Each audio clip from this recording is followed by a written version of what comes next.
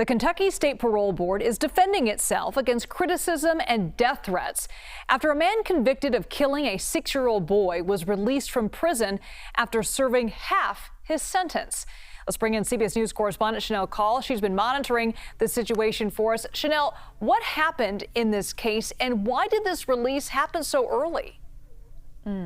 Well, Liz, this is such a disturbing case. 42-year-old Ronald Exantis, he was serving time for stabbing 6-year-old Logan Tipton to death 10 years ago in Woodford County. Now, 1 week ago, he was actually released after serving less than half of his 20-year prison sentence.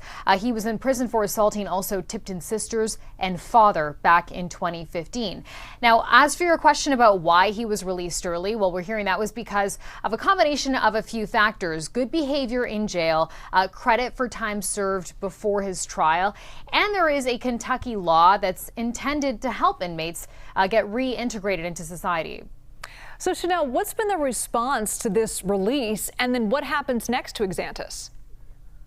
Well, pretty strong and swift response to this. Caroline Leavitt, White House press secretary, said this was wholly unacceptable, also adding that the White House was now going to look into it. White House Deputy Chief of Staff Stephen Miller describing this as a tragedy. And on Monday, Kentucky State Police said they were investigating multiple threats against the Kentucky Parole Board, even though I want to mention that the Parole Board actually voted against releasing Exantis from prison. In fact, the chair of the board released a statement saying, despite repeatedly voting for Ronald Exantis to remain in prison, parole board members have faced significant threats over the last several days, even having their personal addresses released publicly.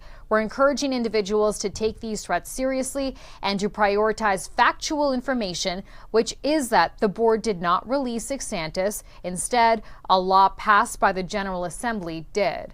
As for what happens next here, Liz, well, Exantis is now on mandatory supervision until next June, but he is out. And next June will be when he will be freed from custody, as long as he hasn't violated any terms of the conditions of his release. Shanelle Kaul, thank you so much.